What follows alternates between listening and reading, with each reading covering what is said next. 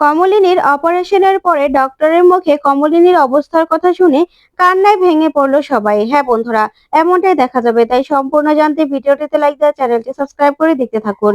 গল্পের শুরুতে দেখা যাবে প্রাঞ্জল সেই কাগজটা দেখে নতুনকে বলে, এসব কি? তখনই নতুন সেই কাগজটার কথা আর কিছুই বলে না।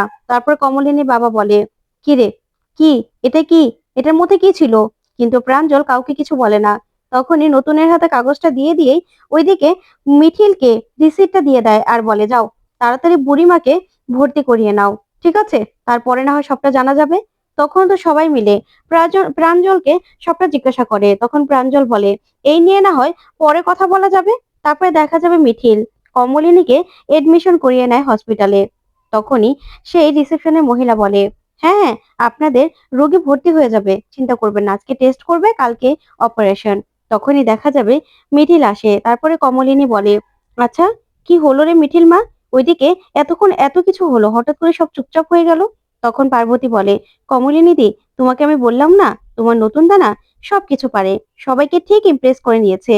তখন কমলিনী বলে, হ্যাঁ, যাক, তুমি না ভালো একটা বর পেয়েছো, ভালোই হয়েছে, তোমরা দুজন খুব সুখী হবে। তখন দেখা যাবে কমলিনী খুব খুশি। ওইদিকে নতুন এগিয়ে আসে, এসেই কমলিনীকে বলে, কমলিনী, তুমি এবার চিন্তা করো না, তোমার অপারেশনটা হয়ে যাবে, তোমাকে না আর ভাবতে হবে না। তখন কমলিনী বলে, না না, আমি কিছু ভাবছি না, আমি আর কি ভাববো বলো, আমার জীবনে আর কি বা বাকি আছে, আমি কি করব? তখন নতুন এই কথা শুনে তাকিয়ে থাকে কমলিনীর দিকে। তখন কমলিনী বলে, শুধুমাত্র এখান থেকে একটু অপারেশন করে সুস্থ হয়ে বেরিয়ে যেতে পারলেই হলো। তখনই নতুন বলে, তুমি ভেবো না, সব ঠিক হয়ে যাবে। তখন কমলিনী বলে, তুমি কি করে বলছো যে সব ঠিক হয়ে যাবে? তখন নতুন বলে, আমি আছি তো পাশে, তোমার পাশে আমি সব সময় আছি। তখন কমলিনী বলে, এই কথাটা তুমি এখনো বলতে পারছো? তখন নতুন বলে, হ্যাঁ, বলতে পারবো না কেন, আগেও যেমন তোমার পাশে আমি ছিলাম, এখনো আছি।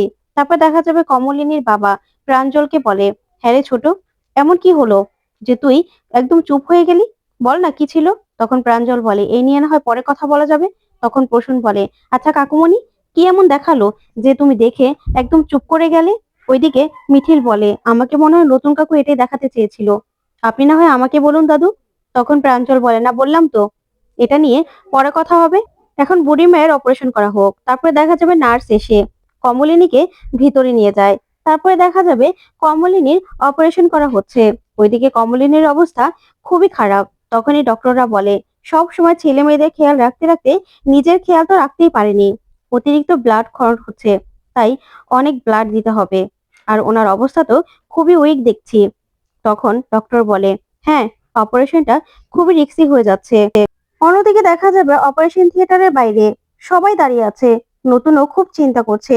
তখনই দেখা যাবে মিঠি কান্নাকাটি করছে, মিঠিল বসে আছে, পার্বতীও দাঁড়িয়ে আছে। সবাই খুব চিন্তা করছে কমলিনীর অপারেশন নিয়ে। তখনই কমলিনীর বাবা প্রাঞ্জলকে বলে, আচ্ছা ছোট, তোকে তখন নতুন এমন কি দেখালো যে তুই চুপ হয়ে গেলি? তখনই প্রাঞ্জল কিছুই বলে না। ওইদিকে প্রসূন বলে, আমার বোনটার এই বয়সে এসে এরকম একটা রোগ হবে কেউ তো ভাবতেই পারেনি। তখনই প্রসূন বলে, ভালো ভালোই ও সুস্থ হয়ে বাড়ি ফিরলেই হলো। তখন প্রাঞ্জল বলে, চিন্তা করো না, বুড়ি মায়ের কিচ্ছু হবে না। তখনই প্রসূন বলে, আসলে এই বয়সে এসে এমন একটা ধাক্কা খাওয়াটা একদম বেশি হয়ে গেছে। না হলে এই বয়সে এসে এরকম একটা ধাক্কা খেয়ে আমার বোন নিজেকে ঠিক রাখতে পারেনি, তার জন্যই তো এত বড় একটা সমস্যা হয়ে গেল। তখন প্রাঞ্জল বলে, ধাক্কা মানে? তখন প্রসূন বলে, কাকুমণি, আমি না বুঝতে পারি না, তুমি কি ভুলে যাও নাকি সবকিছু? না হলে নতুন দা এরকম একটা কাণ্ড করতে পারলো? তখন কমলিনীর বাবা বলে, আচ্ছা ছোট, তোকে তখন নতুন এমন কি দেখালো যা দেখে তোর মুখটা একদম বন্ধ হয়ে গেল? কি দেখিয়েছিল? তখন প্রাঞ্জল বলে, কই কি এমন দেখিয়েছিল বলো তো? তখন কমলিনীর বাবা বলে, সেটাই তো তোকে জিজ্ঞাসা করছি, যে তোকে কি দেখিয়েছিল যা দেখে তুই একদম চুপ হয়ে গেলি, তারপর থেকেই কেমন যেন পাল্টে গেলি, কেন, কি হয়েছে বল, সেই কাগজে কি ছিল? তখন প্রাঞ্জল বলে, আচ্ছা, সেই কাগজে কি ছিল সেটা না হয় পরেই জানতে পারবে। তখনই দেখা যাবে প্রসূন বলে, আসলে নতুন দা নতুন দা সেই শুরু থেকেই ওদের দায়িত্ব নিয়েছিল তো, তাই অবাক লাগছে। তখন প্রাঞ্জল বলে, কেন, নতুন বিয়ে করেছে বলে কি বুড়ি মায়ের দায়িত্ব নিতে পারবে না? এটা কেমন কথা? আগে থেকে বুড়ি মায়ের ভালো মন্দ সবকিছু নতুন দেখে এসেছে, হঠাৎ করে বিয়ে করেছে বলে ছেলেটাকে এভাবে পাশ থেকে সরিয়ে দিতে হবে? তখন প্রসূন বলে, আসলে কাকুমণি, ওদের সম্পর্কটা তো প্রেমের ছিল না, ওদের সম্পর্কটা অন্যরকম ছিল, সম্মানের। তখনই কমলিনীর বাবা বলে, হ্যাঁ তাই তো, আমার বুড়ি মায়ের পাশে ছিল নতুন সবসময়, ও যদি আগে বিয়েটা করে নিত। কিন্তু আসলে আমরাই ভুল করেছি। বুড়ি মায়ের যখনই চন্দ্র চলে গিয়েছিল, তখনই যদি বুড়িমাকে আমরা আমাদের বাড়িতে নিয়ে আসতাম ভালো হতো। তখনই দেখা যাবে প্রাঞ্জল বলে, কেন, এখনই বা কি হয়েছে? বুড়িমায়ের কিচ্ছু হবে না, তোমরা দেখো, ও খুব ভালো থাকবে, ও খুব হাসি আনন্দে কাটাবে। তখন প্রসূন বলে, আচ্ছা কাকুমণি, তুমি কি করে এসব কথাগুলো বলছো সেটাই তো বুঝতে পারছি না। তখন প্রাঞ্জল বলে, পরে বুঝতে পারবি সবকিছু, তুই না এখন যা, দেখ তো বুড়িমায়ের এখনো অপারেশন হচ্ছে, কি খবর? তখন প্রসূন বলে, দেখো, আমি তো কাছ থেকে দেখেছি, বুড়ির আর নতুনদার সম্পর্কটা, ওদের সম্পর্কটা না একদমই অন্যরকম ছিল, যেটা আর পাঁচটা সম্পর্কের মতো দেখা যায় না। কিন্তু হঠাৎ করে নতুনদার এরকম একটা কাণ্ড আমরা মেনে নিতে পারিনি। তখনই কমলিনী বাবা বলে, হ্যাঁ তাই তো, নতুন তো বিয়ে করতে চায়নি বুঝলাম, কিন্তু ও তো সেখান থেকে চলে আসতে পারতো, ওর বিয়ে করার কি দরকার ছিল? ওর সঙ্গে তো ওই অনন্যার বোনেরও বিয়ে হওয়ার কথা ছিল, তখনও তো নতুন চলে এসেছিল। তাহলে এখানে কি এমন ঘটলো যে বিয়েটা করতেই হলো? আর ওই মেয়েটা তো সিঁদুর পরে বাইরে এসেছিল, তখন তো নতুনটা কিছু বলেনি যে না, ও মিথ্যে কথা বলছে। এখন বললেই বা আমরা মানবো কেন? এখন বিয়েটা অস্বীকার করেও তো বিয়েটা আবার মেনে নিয়েছে। আর বুড়ির আর নতুনদার যেই সম্মানের সম্পর্কটা ছিল, সেটা তো এখন আর নেই, সেটা থাকতে পারে না। তখন প্রাঞ্জল বলে, শোন, এগুলো নিয়ে না তোকে এত ভাবতে হবে না প্রসূন, তোকে তো বললাম যে অপারেশন থিয়েটারে অপারেশন হলো কিনা সেটা দেখ, গিয়ে জিজ্ঞাসা কর ডক্টরকে। তখন প্রসূন বলে, হ্যাঁ যাচ্ছি তো। তখন প্রাঞ্জল বলে, পরেরটা পরেই দেখা যাবে। আর নতুন নতুন কেন করেনি, কি করেনি, কার কি দায়িত্ব, সেটা তো পরেই বোঝা যাবে, বল। এগুলো নিয়ে না এখন আমাদের বাড়াবাড়ি করার কোনো দরকার নেই। তখন প্রসূন বলে, কেন কাকুমণি বলো তো, এই যে নতুনটা এখানে দাঁড়িয়ে আছে, তার কি এখানে দাঁড়িয়ে থাকার কোনো দরকার আছে বলো তো? ওইদিকে নতুন খুব চিন্তিত। তখন প্রসূন বলে, কেন, নতুন এখানে কেন আসতে পারবে না? নতুন আসাতে এমন কি হয়ে গেছে বলতো? তোকে যেটা বলেছি সেটা কর, বুড়ি মায়ের গিয়ে খবর নে। তখন তো প্রসূন অবাক হয়ে তাকিয়ে থাকে প্রাঞ্জলের দিকে আর বলে, কাকুমণি, আমি না তোমাকে বুঝতে পারছি না, তোমার কি হয়েছে বলো তো? তখন প্রাঞ্জল বলে, আমার কিছুই হয়নি, যা, বুড়িমায়ের এমন একটা অপারেশন হচ্ছে, সবাই তো আমরা চিন্তা করছি, তাহলে এখানে দাঁড়িয়ে কেন এসব কথাগুলো বলছিস? ওইদিকে দেখা যাবে মিঠি কাঁদছে। তখনই মিঠিল বলে, কেঁদো না। তারপরেই দেখা যাবে পার্বতী বলে, আচ্ছা মিঠিমা, কাঁদছো কেন? তোমার মায়ের না কিচ্ছু হবে না, দেখো, তোমার মা একদম সুস্থ হয়ে যাবে। আর তুমি তো খাওয়া দাওয়া করোনি, একটু কিছু খেয়ে নাও মা। এভাবে তোমার মায়ের অপারেশন হচ্ছে ঠিক আছে, কিন্তু এভাবে না খেয়ে থাকলে চলবে? তখন বাবিল বলে, শোনো পার্বতী আন্টি, আমাদের না এখন খাওয়ার অবস্থা নেই, কারণ আমাদের তো মা, আমাদের মনের উপর দিয়ে কি যাচ্ছে তুমি সেটা বুঝতে পারবে না। তখন পার্বতী বলে, এটা কেমন কথা বাবা, আমি কেন বুঝতে পারবো না বলো তো? তখন বাবিল বলে, ছোটবেলা থেকে আমার মা কতটা কষ্ট করে আমাদের বড় করেছে সেটা তুমি জানো না। তখন পার্বতী বলে, ও মা, তোমার মা একা কি কষ্ট করে তোমাদের বড় করেছে? তোমার নতুন কাকু, সেও তো তোমাদের প্রতি যথেষ্ট দায়িত্ব পালন করেছে, সেটা তো তোমরা অস্বীকার করতে পারবে না চাইলেও। তখন তো বাবিল এই কথা শুনে চুপ করে থাকে। তখন পার্বতী বলে, হ্যাঁ, তোমার নতুন দাও তো এখানে আছে। তখন তো মিঠিল রাগান্বিত ভাবে পার্বতীর দিকে তাকায়। তখনই মিঠি বলে, তুমি চুপ করবে? হ্যাঁ আমরা জানি নতুন কাকু আমাদের জন্য অনেক কিছু করেছে, কিন্তু সেটা নিজের ইচ্ছেতে, আমরা কেউ তাকে জোর করিনি, আর কেউ তাকে আমরা করতেও বলিনি এটা। তাই প্লিজ, এখন না এসব কথা কোনো বলার মানেই হয় না, আর আমাদের খাওয়ার কোনো ইচ্ছেও নেই। পার্বতী আন্টি, প্লিজ, তুমি না এখন চলে যাও এখান থেকে, আমাদেরকে একা থাকতে দাও, এরকম করো না, ভালো লাগছে না। তখন পার্বতী বলে, এটা কেমন কথা মিঠিমা, আমি চলে যাব? তখনই মিঠিল বলে, হ্যাঁ পার্বতী আন্টি, দেখুন, আপনাকে না এত কিছু নিয়ে ভাবতে হবে না, আপনি বরং চলে যান, অনেকক্ষণ তো হলো এসেছেন, আপনারও তো বাড়িতে যাওয়া দরকার, আপনারও খাওয়া দাওয়া করা দরকার। তখন পার্বতী এই কথা শুনে মিঠিলের দিকে অবাক দৃষ্টিতে তাকিয়ে থাকে। তখন মিঠিল বলে, হ্যাঁ, আপনাকে এখানে থাকতে হবে না। তখন পার্বতী বলে, আচ্ছা, আমি তো আমার স্বামীর সঙ্গে এসেছি, আর আমার স্বামীর সঙ্গেই তো যাবো। তখন মিঠিল বলে, হ্যাঁ, তাহলে নতুন কাকুকে নিয়ে চলে যান না, নতুন কাকুকেও না আমাদের এখানে আর দরকার নেই, আপনি বরং আপনার স্বামীকে নিয়ে এখান থেকে চলে যান। আমরা সবাই জানি তো যে নতুন কাকু অনেক কিছু করেছে, সেটা তো বারবার বলে দেওয়ার কিছু নেই। তখনই এই কথাতে পার্বতী বলে, এটা কেমন কথা মিঠি, তোমার নতুন কাকুকে নিয়ে এখন আমি চলে যাব? তখনই মিঠিল বলে, হ্যাঁ চলে যান, আপনাদের এখানে আর দরকার নেই, শুধু শুধু অযথা কেন কথা বলছেন বলুন তো? ওর মায়ের না অপারেশন হচ্ছে, সেটা আপনি বুঝতে পারছেন? তখন পার্বতী বলে, দেখো তোমরা কিন্তু এরকম ব্যবহার করে এটাই বুঝিয়ে দিতে চাইছো যে নতুন কাকু এতদিন ভালো ছিল, যেই নতুন কাকুর বউ আসলো অমনি নতুন কাকু খারাপ হয়ে গেল। তার মানে ওদের মায়ের সঙ্গে নতুন কাকুর কোনো একটা সম্পর্ক ছিল, সেটাই তোমরা বোঝাতে চাইছো, তাই তো? সেটাতে কিন্তু এটাই ধরে নেওয়া হয়।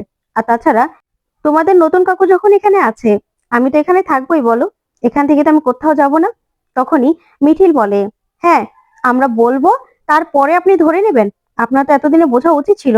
হ্যাঁ, কাকিমার সঙ্গে নতুন কাকুর একটা ভালো সম্পর্ক ছিল, সেটা আমরা সবাই জানি। আর সেটা তো আপনাকে বলে বোঝানোর আমাদের কিছু নেই। তাই প্লিজ এখানে না দাঁড়িয়ে থেকে বাড়তি কথা বলবেন না।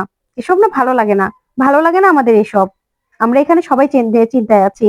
তখনই মিঠি বলে, মিঠিল দি চলো তো আমরা একটু ওইদিকে গিয়ে দাঁড়াই। তখন পার্বতী বলে, কেন মিঠিমা, আমি এখানে আছি বলে? তখন মিঠি বলে, কেন তুমি বুঝতে পারছো না পার্বতী আন্টি বলো তো? আমার মায়ের অপারেশন হচ্ছে, আমাদের মনের ভিতর দিয়ে যে কি হচ্ছে সেটা আমরা তোমাকে কি করে বোঝাবো? আমার মায়ের অপারেশন হচ্ছে আর তুমি এখন বলছো আমাদের খেতে? আমাদের খাবার গলা দিয়ে নামবে? আমাদের তো মা ছাড়া আর কেউ নেই। তাই আমাদের না মা গেলে আমাদের সব চলে যাবে, আমরা সব হারিয়ে ফেলবো। তখনই নতুন মিঠির কাছে আসে আর এসে বলে, মিঠিমা কাঁদছিস কেন? তোর তো কিছু খাওয়াও হয়নি, চল কিছু খেয়ে নিবি।